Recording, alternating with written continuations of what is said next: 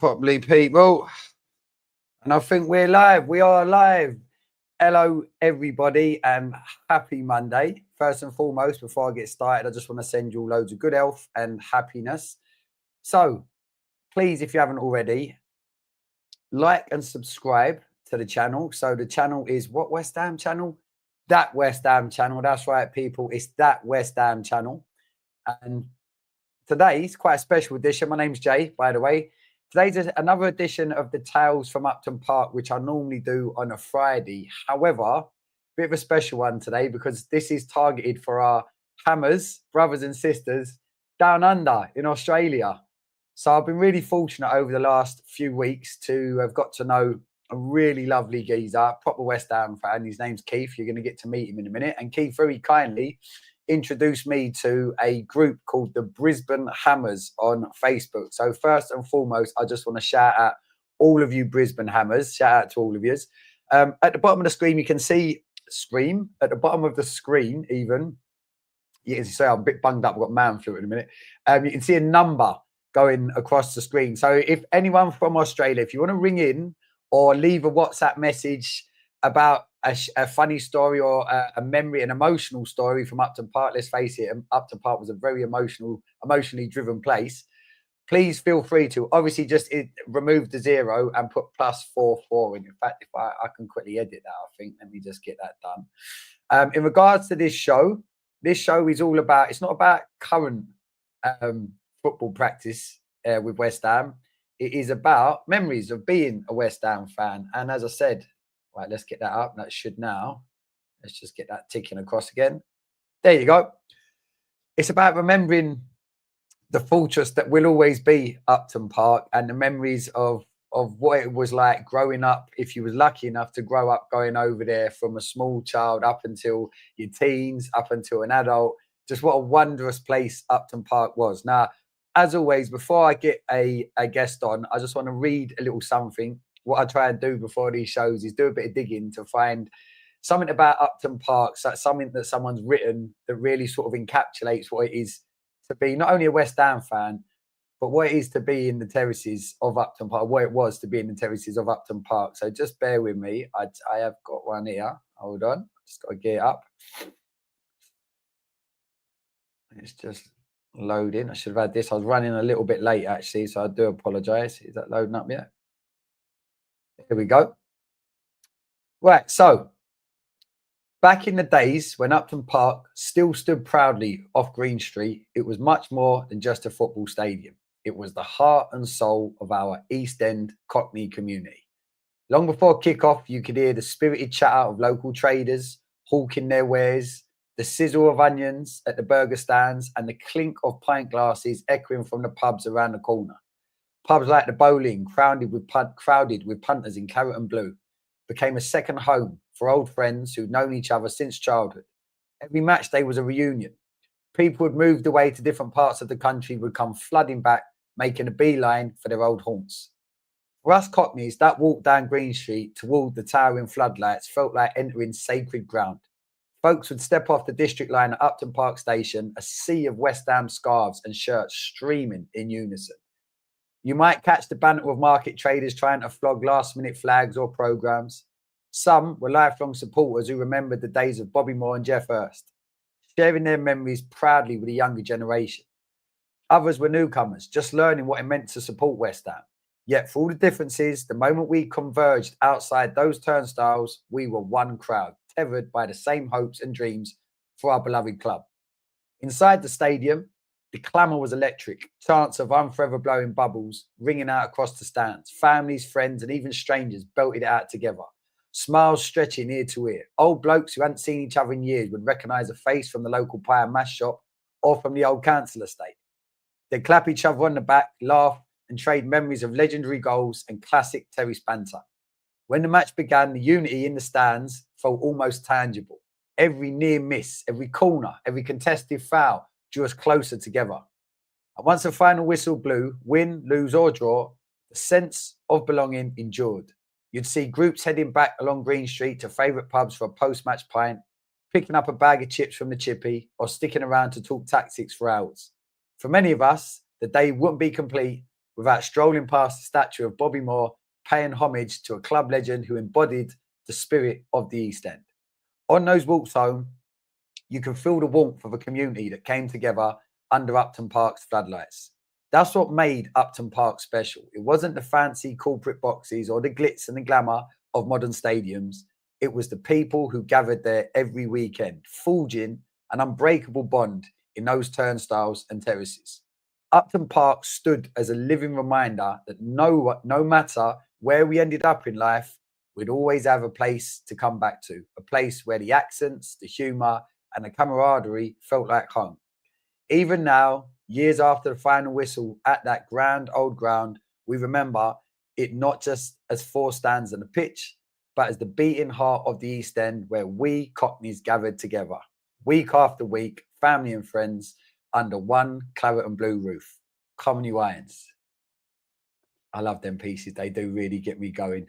Right, so without further ado, I'd like to bring in my guest for today. As I said, he's a lovely gentleman by the name of Keith. So let me bring Keith in.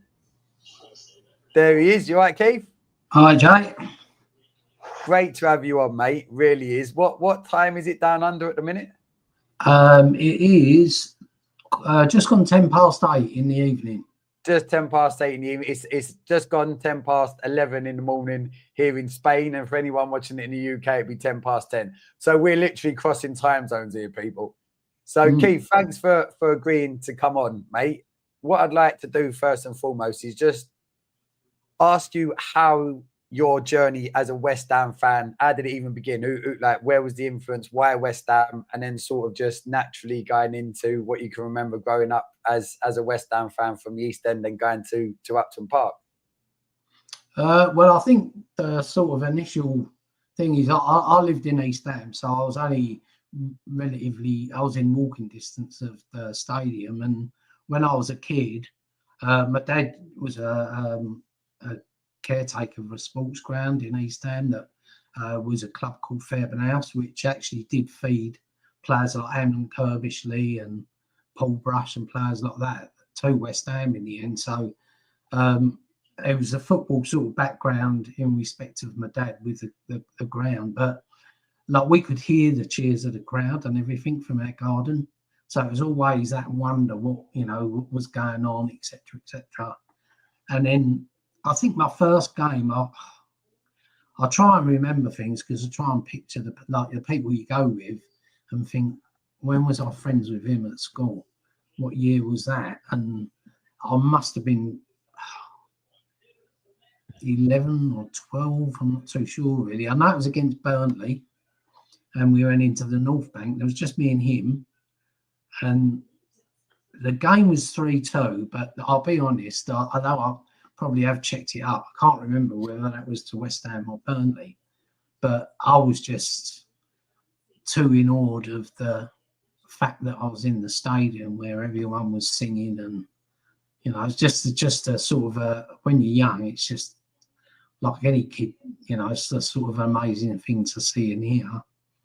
But I started going up there probably regularly when I was maybe about 14. And one of them, strangely enough, one of my best memories was because we used to go up and we used to go through the turnstiles, and sometimes we'd squeeze two of us to get in the cost of one of them and all that sort of thing. So when we I can't even remember how much it was now. It was like £1 or £1.50, but it was a lot of money anyway for us as a kid. But going to the semi-final of the second leg of the semi-final of the European Cup against Eintracht Frankfurt. And I was amazed we got in, but there must have been about 40,000 in there that day, like absolutely jam-packed standing. And the atmosphere, I've never been to a West Ham match where the atmosphere was so, I can still feel the hairs on the back of my neck stand up from the memories of it. It's just awesome. So and after that, it was sort of me and my mates used to go up there regularly, and I can't remember. I can remember bits and pieces with, stuff like your Dr. Martens. If you wore them, you had to take them off. Everyone left them underneath the stand, which was ridiculous. And then you had to try and find your own pair when you come back out. And then probably my next memory was around probably as 15, 16. I remember going to watch Millwall play with my mates, and and probably I think it was a week before I met a girl from South Ockenden, actually Dillis her name was, I'll never forget, and she turned up on my doorstep just as I was going out the door and said she was going to come along, and she ended up dragging along. We got in the ground. I was a regular South Bank person with my mates, and we got in there, and because it was split into three with the police, we tried to get from one half to the second half nearer the middle with the police, and I got across and she tried to get across, and the policeman pushed her back, and I don't even know why I did it, because I only met her at one time. I had to go at the policeman, just not, shouting at him, and the next thing I was walking across the pitch on the way out. No, it's ridiculous. The game hadn't started or anything. All I can remember is looking up at the stands. There's all the Millwall supporters, and then getting thrown out. We got outside the ground, me and this other guy who got thrown out as well. And he said, "Have you got any money?" And I said, "No." And he said, "Oh, well, yeah, I would go back in again." So fortunately enough, he gave me a bit of money. We went back in again, but I never stood with my mates or anything. So yeah, really weird, but. All my memories tend to be little tiny things that happened. Now, sometimes you take it for granted, but like as you were saying, the walk up to the ground and a bag of chips in your hand and all that sort of stuff, Yeah, great memories, definitely great memories. They were the days when people sold scarves and badges and all that sort of thing outside, and programs. Programs were often 10 pence or something ridiculous. So everyone bought a program. Yeah, good memories, definitely good memories. Oh, mate, can you imagine now getting thrown out of the London Stadium? You think you'd have a chance of getting anywhere near getting back in? Not a hope in hell, mate. Your picture would be taken, like you'd be put up on the list, the wanted list over there. Oh, mate, what an experience though, to have been walked out past the Millwall fans as well, just to top it off. That was. Can you remember what the score was? Do you remember how that match panned out at all? I think we won it. I don't know why. Something sticks in my head that we won it 2-1. It was the years of the big rivalries. Was it Harry the Dog? I think it was the top Millwall guy who was there, and there was all the songs, because there used to be a lot more singing at the bowling ground that I can remember, which differs in the new ground, I think. Whereas, and that particular night in the Eintracht Frankfurt game, it was the whole ground. Like, I've never seen anything like it. As I say, it was just unreal. But everyone used to sing a lot. There was always the North and the South Bank. You had West Side and the Chicken Run, and whereas I think it's lost that edge. That you still see it with lower division teams. I think they've still got that old school mentality type thing, and it is something to be a little bit jealous of, really, I think. Mate, you're bang on. This is the thing. I've got a shout out to Paolo. I've got a mate, Paul, who his mum and his dad's his mum and dad, I believe, and forgive me, Paul, and your parents if I get this wrong, they're definitely late 60s, potentially early 70s, West Ham through and through their whole lives. So grew up, going over to Upton Park with their son, that fact, because that's the thing. It was Upton Park, it was a proper family, community-driven experience, weren't it? Because it wasn't just 90 minutes on the pitch. It was, like I said, it was the build-up. It was walking there as a kid with your parents seeing their mates, you seeing your mates, often sons or daughters of your parents' mates, and everyone's got that excitement. You've got your program. You might have been lucky enough to get a scarf, have a portion of chips. You get in the ground, and then, as you said, it was the singing. That's what made Upton Park.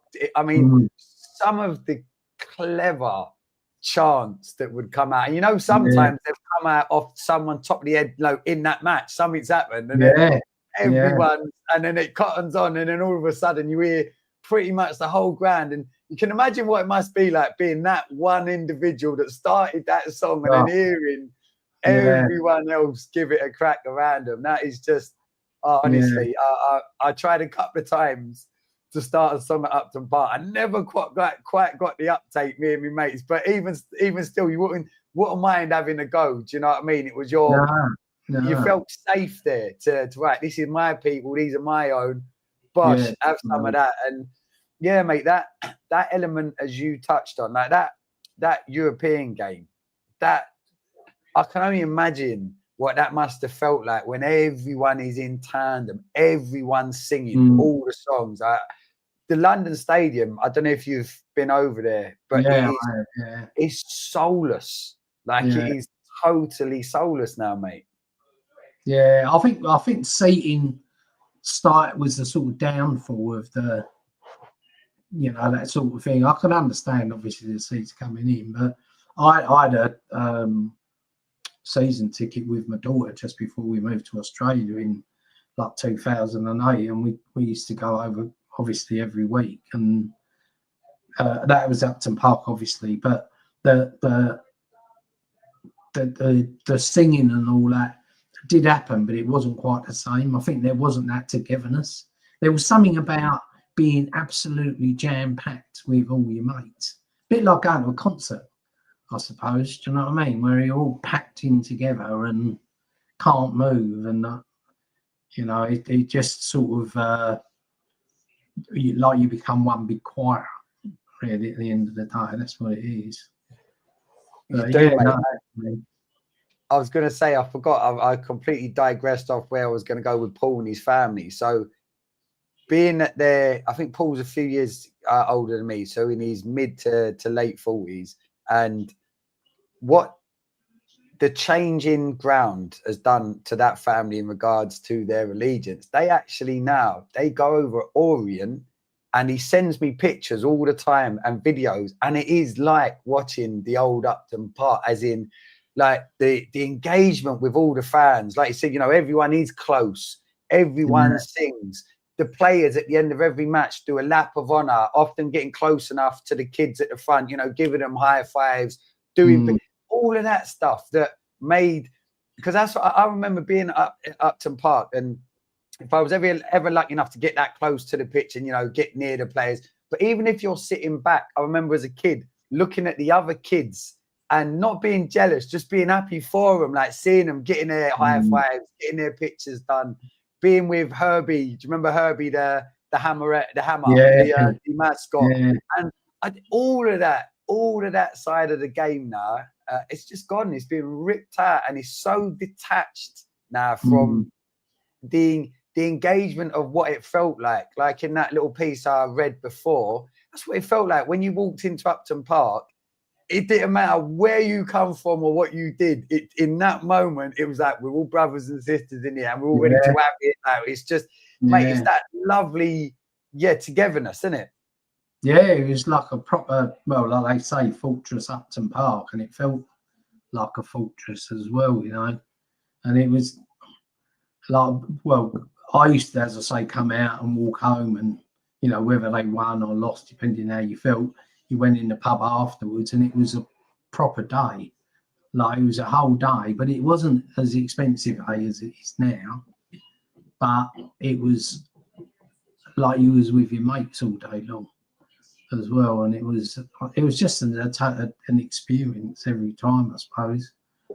But I think nowadays, the only way that you might get it still is perhaps travelling with the away support, because we've still got good away support, and I think that togetherness is together still because they're travelling away. Because like when you come out of the ground as well, I mean, I didn't actually, because I didn't need to, I didn't actually go to Upton Park Station, and it used to get rammed, like people going back there. But a couple of times we'd go to, I can't remember the name of the pub now, was it the Queen's that was to the side of, but like the crowd would still be singing on the way to the underground station. And that was like, because it was still a crowd, where it doesn't feel like a crowd now as such. I don't think it feels like your audience really, rather than a crowd. That's a really good way to describe it. Actually, that's the change. It's become an audience now, and it's almost an audience of observers. Whereas before, it was a crowd that were the 12th man. Like I always say, the amount of times that I'd walked out of Upton Park with my mates, and everyone going like that because you've shouted so much. Your voice has got, and you're hearing everyone else sort of feel that they had made that difference, because the crowd had been, especially some of the evening matches, like, oh my God, some of the evening matches under the lights over Upton Park where it was raining. You see, I always one of my most vivid memories is walking up to the ground and seeing the floodlights and seeing the rain, just like through, and just getting that tingle of, oh, here we go again. Like, it's the best thing. I try and explain it to my son. I say, son, you don't know what it was like to be a West Ham fan over Upton Park. It's a shame to say it, but there is, and I suppose we're the old gits now, basically, and changes happen. But there was something special that, well, you can never get it back because it was Upton Park anyway. So that was, that was the church, obviously, if you like, where we all came together. But it's more than that. There's so much. It was the little kit shop. Do you remember the kit shop? The little porta cabin outside, and like it was all of that. And often you'd get players just in there. Like you'd go in there, and oh my God, like you'd see players in there, like Tony Coyi or whoever, McAvenny, Stuart Slater. Like you just see him in there, and it was just normal. And you just all of that togetherness of what Upton Park stood for. Yeah, it is a shame to say it's gone. And I know people say, oh, change has to happen. It does, but the way that the old guard, if you like, have been lied to in regards to what we were sold moving into this new soulless bowl of a place. Like, they split everywhere. All the old season ticket holders, they got split up. Like, why wouldn't you keep them together? It was all of them little things that sort of, if you now look back, it started from the minute we moved, all of these little things started happening. And it was just chipping away at what made West Ham West Ham. Of course, now it's West Ham. You got the London bit underneath. It's so it's been made such a corporate sort of environment. Yeah. It is. I think that's like you were saying about the players as well, because like don't get me wrong, a lot of the players probably are really nice guys, but their lives are so detached from ours now. Not, you can't blame them for getting good money, and the company's cut. Like any company, if they're making a lot of money, then that player would want a share because he's making it. But like back in the day, like you say about bumping into the players, we used to come out of there, and in that night we might be down Stratford in either Moros or Lamplights and places like that were owned by the players. And I've been in Moros before, and just Bobby Moore served me behind the bar when I was working just down the road. I went in there with a couple of mates, Spurs fans actually, they were as well from work. And and but it didn't feel that odd.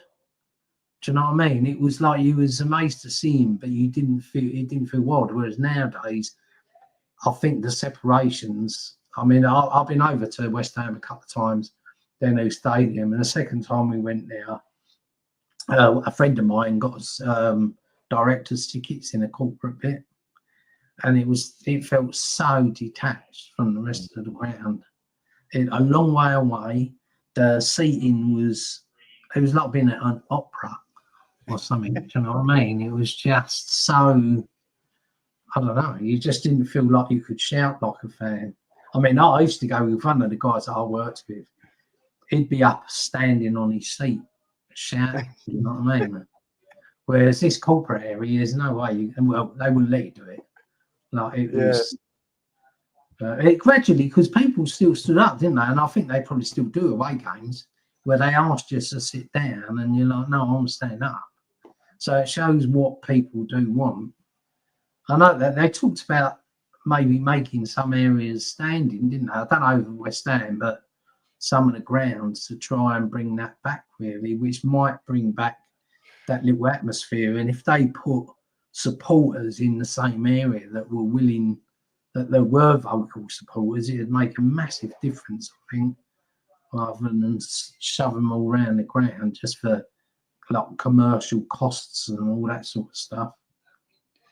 Yeah, no, you bang on, mate. And that was, West Ham was one of the grounds. I mean, I remember that being discussed. Oh, yeah, they're going to bring back a standing area. Never happened. And I just genuinely don't think they want the old West, not the people at the top. They don't want the old West Ham. They want the new, the way football's going. I mean, you've got Goodison Park's next, isn't it? That's up on the chopping block. That's going shortly. And this is the thing. You've got all these. I was saying this. I was shout out to hey Danny Moore. Shout out to Danny Moore. He's just said, "What a lovely bloke, man." I need to put that comment. Let's put that comment up. You right, Dan? He said hello to you, Keith. What a lovely bloke, Bosh. Hi, Danny.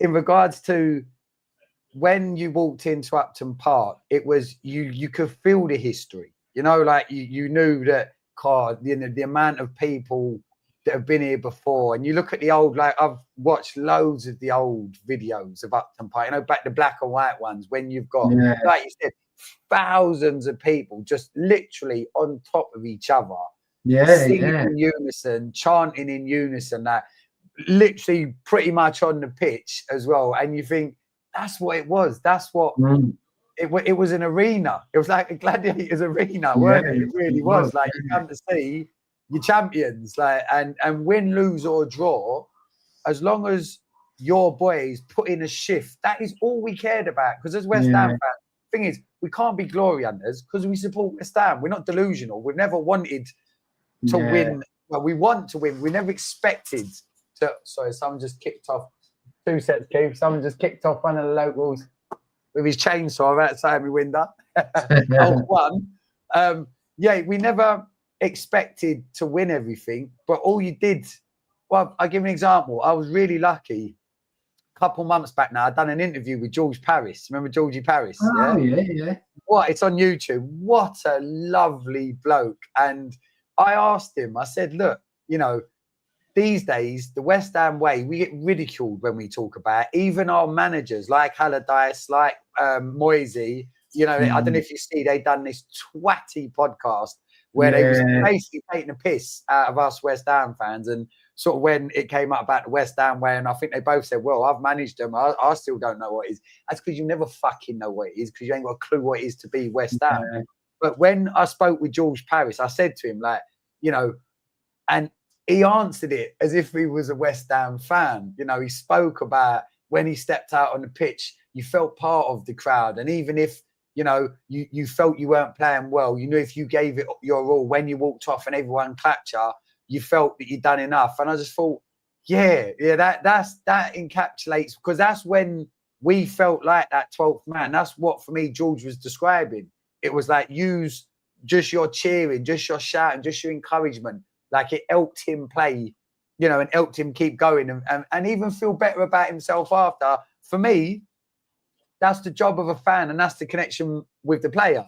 It's that connection. It's they're grateful that you're there, spending your money to watch them, and they'll put in a shift no matter what. They'll play for the badge. They'll put it, blood, sweat or tears. They'll put it all in.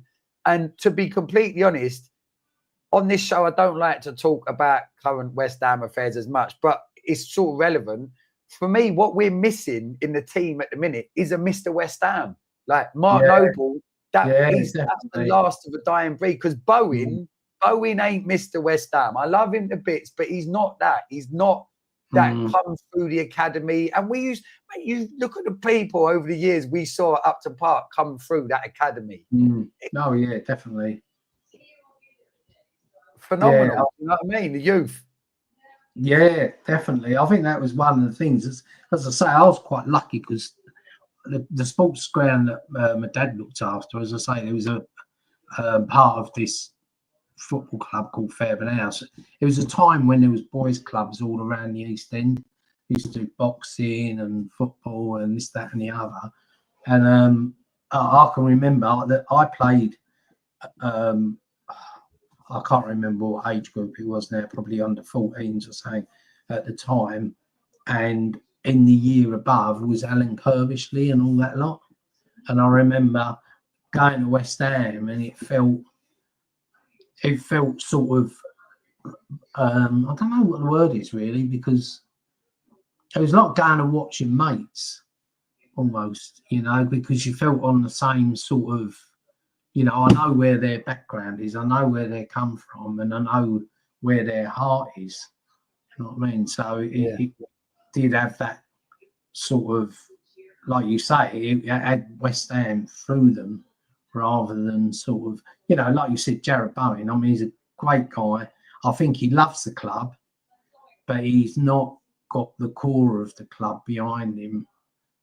He probably thinks he wished he had, because I think he would fulfill the role pretty well. But yeah, we do definitely miss someone like that. And the very fact that we haven't brought anyone through is just, it's shocking, really, considering how well our youth was doing. And you just look at it now, and I don't understand, like you say, with Allardyce and Moyes saying about the West Ham way and not understanding it. They're not West Ham. That's it. At the end of the day, they're not West Ham. So, yeah, it's a shame. It is a shame. It is, because our crop of youngsters for the last 3 years, we've had the best crop of youngsters in the English Premier League. They've even done amazing things across Europe. And if you look at there was one of the recent Youth FA Cups that West Ham won. We battered Arsenal 5-1. And a shout out to Hammer's chat, because I was listening to Gonzo talk about this, and it really made me think about it. Our crop of the players we had, your Earthies, your Pottsies, these are kids, Earthy, Potsy, your Alfords, these are West Ham fans, these are West Ham, sons of West Ham players in regards to Potts. These are kids that, just like us, shout and scream when West Ham play, even though they're playing for West Ham, indirectly in youth. They've got it ingrained in them. And this is the thing. If you haven't got that in your team, then you're missing a massive part of what your team is based on, because West Ham football team is based on West Ham Football Club. And West Ham Football Club is a community of many different aspects that make it West Ham Football Club. And that, for me, is, and part of that obviously is the stadium, which, if you look at the current setup with who's at the helm, I don't even get stuck into him, but he's what an horrible little gremlin. You got him, you got Brady, old silly bollocks next to him, that have got no interest whatsoever in West Ham, the actual football club. They just care about West Ham, the business. And then if you see the appointments of the managers over the years, we know what type of mould Sullivan goes for, which is never in line with what the fans want in any way, shape or form. And you can see it just filters like any other business. Whatever is at the top, that filters down. And because of what we've got at the top, that's why at grass level, in regards to us fans and what we're seeing on the pitch, that's why it's so disjointed. There's no cohesion. There's nothing about it that screams, we are West Ham anymore. It really is a shame, which is why, getting back onto a more positive frame of mind, is even doing these shows on YouTube and, talking to people like yourself and just reminiscing, because some of the memories you've brought up, again, it was before my time. And I remember going over there as a kid and listening, being in the chicken run. And before the game started, I'd be listening to all the big blokes reminisce. And I just remember thinking, even back then, God, I wish I was here then. I wish I was because you get caught up in it. And now, that's in regards to my love for West Ham, it's more for the memories. That's literally, it's not the love for the current setup. I wouldn't even say it's love. Don't get me wrong. I still love West Ham to bits, but it's more because of the childhood, the upbringing, the principles, the morals. It was, because it was, West Ham is also, it's got its essence. We're Cockneys. We've got that culture, that polite, respect your elders, open the door for people. All them little things that I remember growing up. And I wish for every little West Ham fan now that are going over there, I wish that for one game you could experience what it was like being a little boy or a little girl over Upton Park and just being in awe of not just the players on the pitch, the men and women around you, and how they would chant and shout and sing and swear. Like, it was all of it. It was just, I remember my dad took me over there, and it was first time I heard the word. We never even get monetized on this anyway, so I can drop it with pride. I heard cunt. I remember thinking, what's that word? And I just remember looking at my dad, and my dad was really religious. I could see the disdain in his face as he sort of looked around at him. But I just remember thinking, God, they seem to use this word cunt for everything. All right, you cunt, fucking cunt. It was just chucked around as if it was like a really communal word. And it sounds silly, but then growing up with your mates, going over there, it was all of them little bits and pieces, them little caveats that made it that place on a Saturday or on a Sunday or in an evening game where you went and you let off the C-bombs and you shouted and you jumped on strangers. And there was no better feeling over Upton Park. I always say it where, there's that, you're on the attack and there's that split second where everyone sits up and then you wait and then bosh, ball hits the net. And it's euphoria like you can't explain. And you've got strangers cuddling you, people crying. It's just, you can't, all of that side of things is gone now, mate, isn't it? It's diminished. I think because even I was looking to see, I've seen them on some things, but like the attendance at the game, that used to be in the newspaper the following day, all the attendances of all the grounds, like, whereas they don't seem to put that sort of thing in there now. And like the bits like, because obviously everyone's got their own phones and all that now, so everyone knows what's happening. But I always remember they used to put up the half-time scores on boards around the fences at the end. So that was the only contact you had of what happened with the other games. And then coming out, if you didn't have a radio, me and my mates never took a radio over. Even when you got back to the pub, there weren't no TVs in the pubs with the sports on. It was just like word of mouth. Like, oh, do you know what happened? Or my mate, I used to walk back, and my mates might go in the betting office to see what the scores of the games were then, like, because it was sort of, it was part and parcel of finding out I still, like, that sounds really stupid, but even over here, if I don't stay up to watch the games, I'll make sure I don't find out the results so that I can watch them like all the other games in the morning. Do you know what I mean? Because I've still like on match of the day sort of thing, watching match of the day without knowing the scores. Excitement of knowing what's happening with the other teams, where sometimes when it's all live and at the same time, it doesn't quite feel the same. It's like watching a video game or something. Do you know what I mean? So, yeah. No, that's definitely things change. It's a shame the West Ham way thing, like you mentioned, because there's players like you look at players like Paolo Di Canio, James Collins, Rio Ferdinand, and to a certain extent people like Anton Ferdinand and Frank Lampard, even though they don't outwardly talk about it, and Andy Carroll. They've all still got that love for West Ham. All of them have. And Andy Carroll was like, I know he spent a lot more time. When you look back, he spent quite a bit of time here, really. But from an age that was quite impressive, I suppose. But like the club had that. It had that like feeling of a family, and it still has to them players that come and watch them again. Where I don't know if you'd get that again. I think if like players leave now.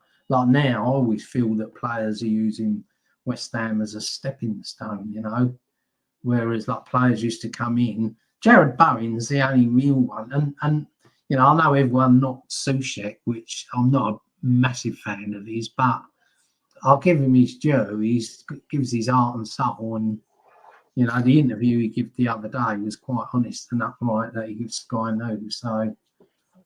Yeah, it's just a shame that, we could attract people that would be like that, and yet the club's not run like that anymore. It's treated differently, and it's distance. It's not a working man's club anymore. It doesn't feel like it anyway. No. Yeah, that's a really good point actually you just made. And I think I know that's what made it. It was that most, I'm not saying everyone, but most people over West Ham, in fact, like most football clubs, like people were working class. You had to work, you know, that was a treat to be able to pay to go and watch your team. And then as you got older and you have kids, you're working hard to have that little bit of extra money to put aside to go and watch. Like it was such a working man and working women's community, and you even respected that with other fans. You know, it wasn't always obviously you had the sorry mate, I've still got this bloody mouth and keep snotting everywhere, but it wasn't always the violence and all the rest. I remember being over West Ham so many times, and there's nothing better than when one of us, either our fans clap their fans for a song or their fans clap our fans for a song. Do you know what I mean? It's just that appreciation of that's good in that one. And that is all them little bits that you remember. Sometimes my memories of Upton Park are more memories of things that happened in the ground than what happened on the pitch. You know, like things that more the feeling of I was just said this to someone yesterday. I said, do you know what it was? When I stepped into Upton Park, I genuinely felt this immense amount of gratitude every time, like, oh, I'm here. Like, and it just that wonderful. I'm so glad. I'm so grateful that I'm here. It's just, and no matter where I was sitting, you know, I know, do you know the funny thing is, I remember the first time I went over London Stadium and I walked there with that same expectancy, like, and then I got in there and I was so grateful to be there. And then it just, within minutes, it just sunk in. Like, it's different. Like, and it's not different in a good way. This is different in a shocking way. Like, I can't hear no one. You can't hear no one. Like, and I'm a fan that I enjoyed. Like, I was up singing whatever went off, whatever song I was up and getting involved in. Like, because it was fun. Like, it just felt fucking good to belt out, you know, top of your lungs, whatever anyone was singing. And I just remember sitting there. I was there with my boy Leo as well, and I was like, oh, this, and that's when I started talking to him about Upton. I was like, son, this ain't what it was like over Upton Park. I can tell you, like, but it is, mate. It's over there. Sometimes the silence is deafening. It's almost like, you know, you go to a concert, like you said, but before the concert starts, you just sort of hear, and you can almost hear the wind. You can hear little murmurs of people talking. It's like, but of anticipation. But you think, what are you anticipating? The game's happening. Like, why aren't you singing? Why aren't you shouting? Why aren't you getting on the back? It's just completely detached, which is why, for me, the memories of Upton Park is so important that we keep them alive by talking about it. And you know, it's a feel-good factor for me personally, because it helps me to remember part of growing up. Because I remember you said to me when we spoke off camera about this the other day, you was like, yeah, I made so many good mates over West Ham. So did I. Like, you go over there, you met someone, different school or whatever else. You never probably would have met him anywhere else, but you met him now. And you straight away, you've got that as a little boy, in our cases, that thing that you're so passionate about. You just met this other little boy who's just as passionate. And straight away, you got the best thing in the world to connect over. Do you know what I mean? Like, that's the thing. As a kid, I saw who'd you support? I never understood growing up in East London. Like, my two best mates, one's a Manc, shout out to you, Anthony, and Ant's this guy, so he's Liverpool. And my other mate, Dan, he's a Manc. And I was thinking, how the fuck do you manage that? Like, because as a West Ham fan, I couldn't fathom what it's like to support another club. My mind could never go there. But to think you've grown up here next to me, you can hear West Ham cheering just like I can. How did you work out that you're a Manc or you're a Scouse? And there's always some story about me, Dad, or this, that, and that. No, bollocks, you're glory on it. Because go on, you go, mate. No, I was going to say, because the old glory hunter thing, because no one can call West Ham glory hunters, can they? It's like just a definite. And like you saying about mates, I was just thinking, I've got, and it's probably like some of the guys on Brisbane Hammers, I know that they, whether they actually know him or they know of him, maybe some of them do know him. I remember when they used to have like taster weekenders, soul weekenders, and all that up in Great Yarmouth. And me and my mates would go up for the weekend or week and stay up round there for these soul weekenders or whatever. And on one particular time, we was in this pub. All I can remember is near the racetrack there. And we was in this pub, and there was a group of guys, about 5 of them, standing staring at me and my 3 mates. And it was like, oh, here we go, like, you know, local guys or whatever. And one of them come up and said, "Oh, you West Ham fans?" And I think it wouldn't have, I don't think he recognised me, but he would have, my other mates, like, he's home and away, home and away, home and away. So he's like pretty sort of well known with them, and he must have been him he recognised. And they went from Norwich, and they were Norwich supporters, and his name was Gary Williams, but everyone called him Bonzo. And like, I can always remember with him, he used to come down to Upton Park and he'd stay with my mate, and it'd be a whole weekend. And then when West Ham played Norwich, that's where they lived, and it'd be all up to Norwich and out for the night in Norwich with mates. So it was like a proper, I don't know, you know, it weren't just the day or the 1.5 hours that you was watching the game. Those were like weekends and friendships that had lasted for ages. I mean, he died a couple of years ago, unfortunately, but yeah, he was West Ham through and through, which again is strange because you think, well, he's from Norwich. Do you know what I mean? It's sort of acceptable if it's someone that supports West Ham. Do you know what I mean? I mean, even like when I used to go with my daughter, we had seats in this Bobby Moore stand, and one particular game, I can't remember the game, the guy behind us was cheering so much when he scored that he fell over the seat, which wouldn't happen when everyone's standing, obviously.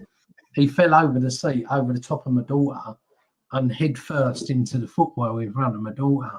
And it turned out he was from Belgium, and he was part of the Belgian-based West Ham supporters that had come over on their own games. Like, you know, it's just amazing. I remember going to a pub. I don't know if you've ever been in there, opposite East Ham Town Hall. There used to be a pub along there, just off the High Street in Barking Road. That was, I think it might have been a Weatherspoons, maybe.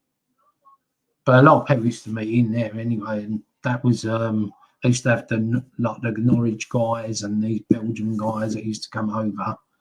So, and all of them had like West Ham through and through. Do you know what I mean? It was quite emotional. I've got a mate over here, Australian guy. He just loves West Ham, and I think it's all the nicer, and I think the loyalty is higher because it ain't Man United, it ain't Chelsea, it ain't Liverpool. Do you know what I mean? It is West Ham, and you just think, why are you supporting West Ham? It's because I love what they represent, really. It's such a shame. I don't know whether we would ever get that back. Do you think we would? In honesty, no, not with the current setup being what it is, because to get that back, you'd need someone that was West Ham, or is West Ham, to actually buy the club.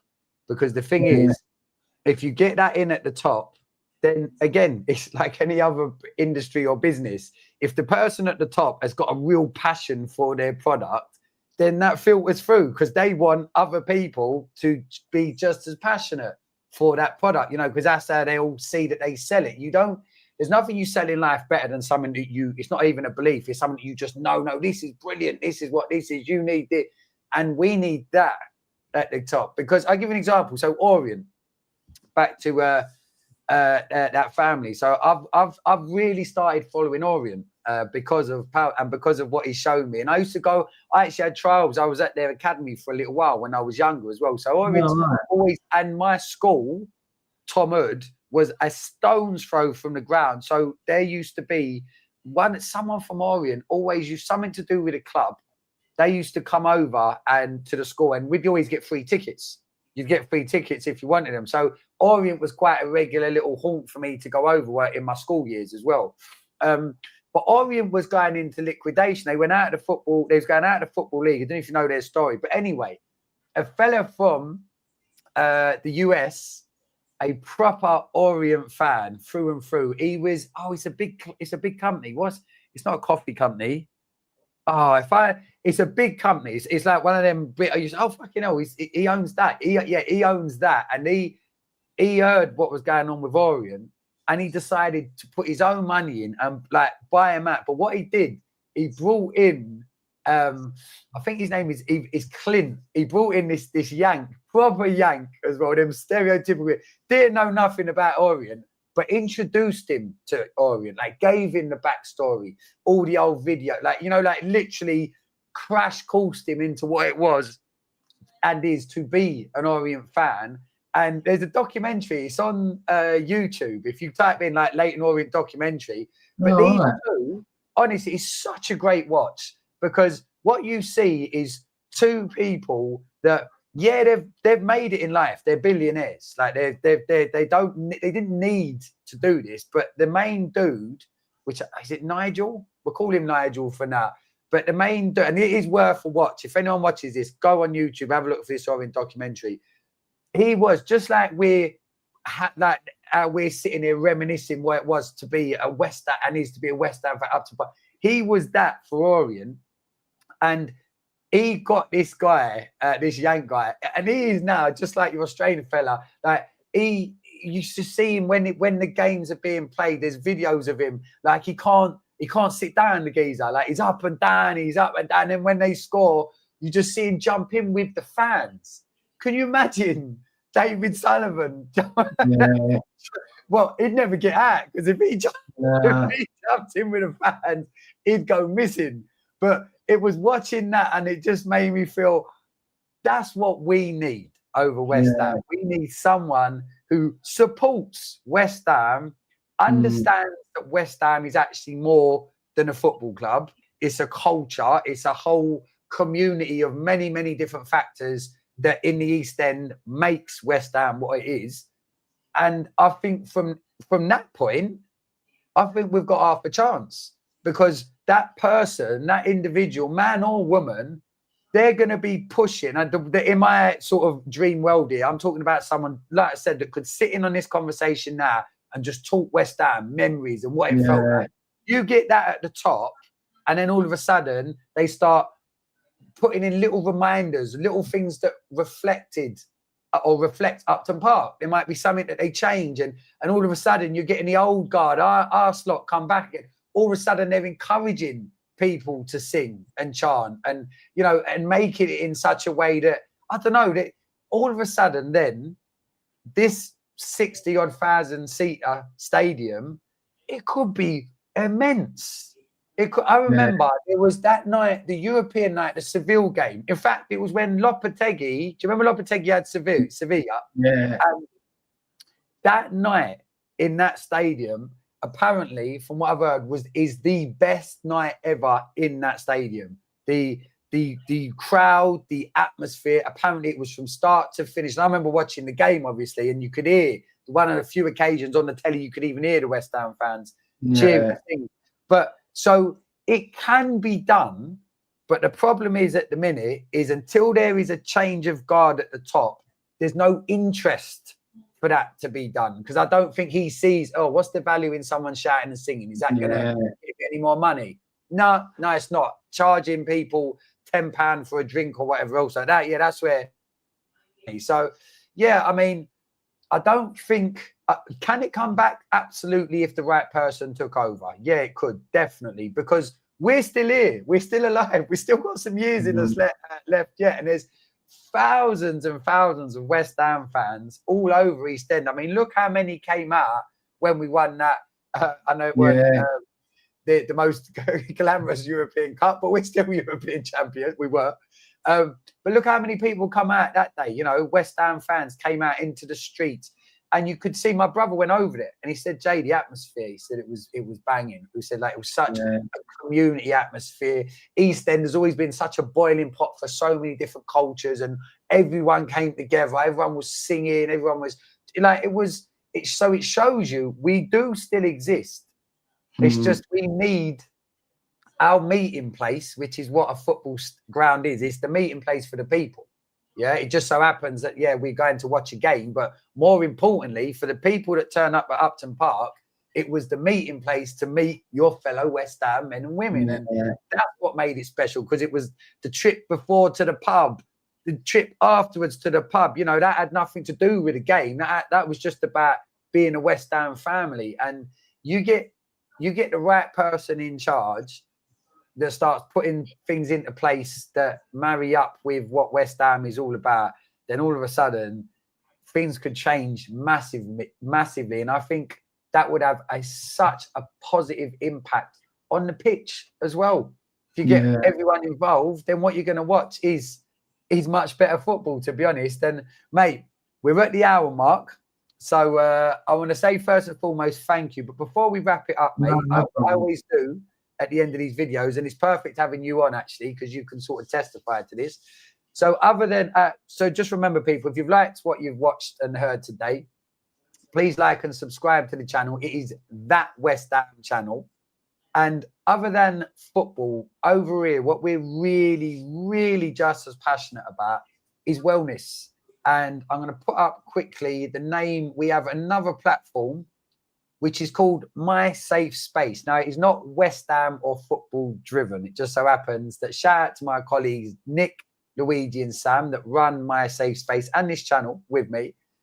My Safe Space is a safe space for men and women of all different football teams, that don't matter, cultures, religions, can come together and have somewhere where you get to be able to talk about some of the meaningful stuff that, for a lot of us, for whatever reason, for the patterns that we develop in our lives and the rut that we can tell ourselves that we're stuck in, that we stop talking about, which is being yourself, what makes you tick, you know, what you're happy about in yourself, what you're sad about in yourself, and giving people the opportunity to have people around them that genuinely listen. And you might think, well, that's bog standard. Well, there's a lot of people out there in their lives have no one that actually really listens. And if you think about the conversations you have on a daily basis, and we're all guilty of it, how much are we actually engaged in that conversation with that person versus thinking about our phones or what's going to happen next?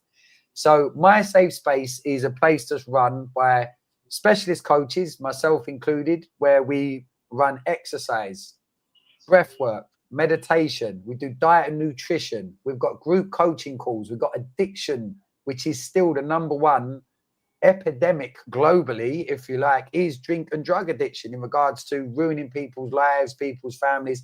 So we've got a safe space and an arena where you can come together and you can take part in these wonderful group sessions, if that's your thing. And even if you don't want to come on camera, even if you say, oh no, I couldn't do it, I couldn't say anything, I don't want people to see me on camera, that's fine. You can come in, tune in, log in, and just listen. Sometimes that's enough. In fact, the most common thing that happens when people start with My Safe Space is just before we log off of a session, someone will go, oh, can I just say something? And I say, yeah, of course you can. I just wanted to say, I wasn't going to say anything tonight. I was really worried about coming on. I was second guessing myself. I weren't going to come on, but I just want to say thank you to everyone that else has shared this evening, because it's really helped me realize that I'm not on my own. And that's the truth. You're not on your own. We're all in this together. And obviously, Keith, you're someone who I'm very privileged to know that, you know, you've been part of that platform. You've experienced it a bit yourself. And what would you say on why you'd recommend people giving it a crack?